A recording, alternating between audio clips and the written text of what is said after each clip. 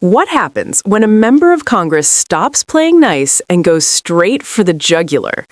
Delia Ramirez doesn't just question Kristi Noem, she accuses her of corruption, constitutional violations, and outright demands her resignation in one of the most explosive hearings you'll see this year. Gentlelady's time has expired. I now recognize Ms. Ramirez for 5 minutes of questioning. Thank you, Chairman. Secretary, it's good to see you. I'm going to go straight to the questions because I have a lot of them.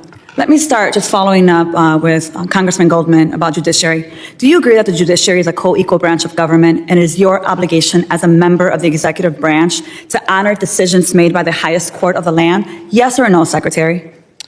We are abiding by all federal judges' orders, absolutely. So yes, it's a co-equal branch of government. Okay, well, let me ask you a follow-up question to that. Do you agree that Congress is a co-equal branch of government and it is your obligation as a member of the executive branch to honor legislation and appropriations duly authorized by Congress? Yes or no? Yes, that's why I'm thrilled to work. Well, let me ask you the follow-up question here because I have a lot of them. Do you agree that Article 1 of the Constitution gives Congress the power of the purse? Yes or no?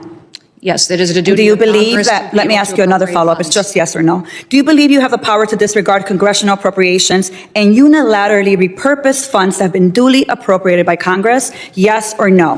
Ma'am, we are not doing that. So the answer to you is no. All right, well, it was a yes or no, Secretary. Let me continue. Interestingly, you said no.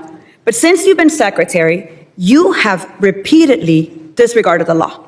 You have illegally impounded funds that Congress appropriated and that your branch of government must implement pursuant to the law. Yet you've closed offices established in law, including the Office for Civil Rights and Civil Liberties, the Office of the Immigration Detention Ombudsman, the Office of the Citizenship and Immigration Services, and you've canceled contracts for programs authorized in law, including shelter and service programs and citizenship and integration grants. You've obstructed and roughed up members of this committee as they attempted to conduct congressional oversight, and then you vilified them. But my question is, if they were so bad, why were they allowed to go in after to conduct oversight?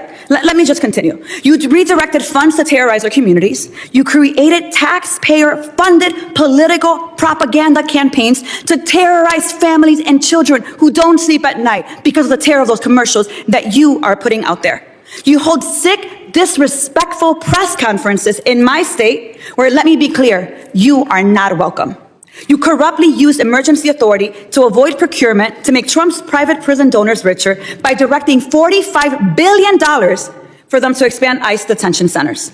You defunded work to address real threats to the homeland, all while you pursued college newspaper editors, labor leaders, and even a Harvard scientist who failed to declare frog embryos at the airport. Clearly, we don't have time for all my questions, so I have 13 pages worth of questions that I will be submitting to the record that I expect you and the administration to answer. But here is my final question to you. When you took your oath, did you swear to support and defend the Constitution of the United States of America? Yes or no? Yes, I did. So I find that laughable. You don't behave like someone who takes that oath seriously. And let me tell you why. We don't live in a dictatorship or a monarchy.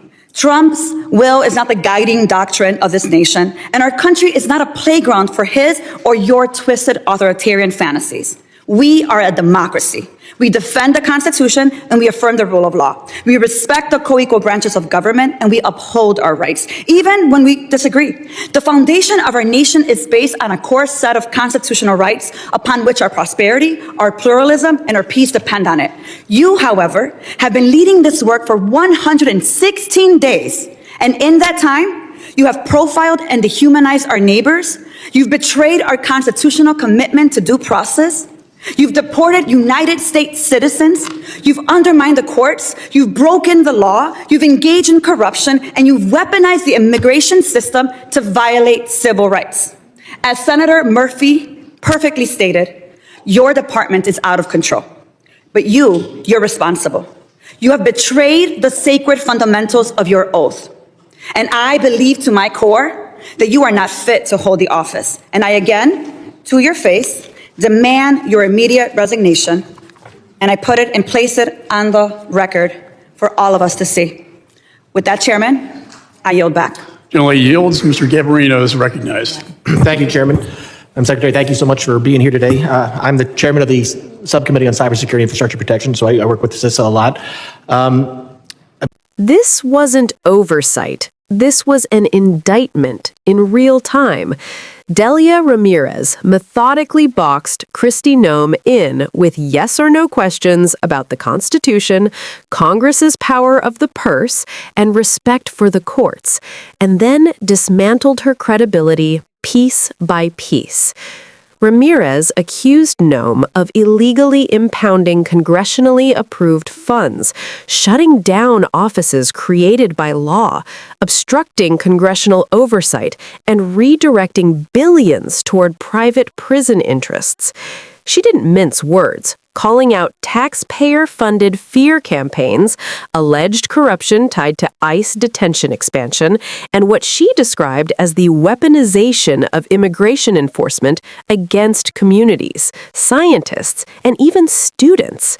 The most damning moment came at the end. After forcing Noem to confirm she swore an oath to the Constitution, Ramirez declared that Noem had betrayed that oath, violating due process, undermining the courts, deporting U.S. citizens, and engaging in corruption.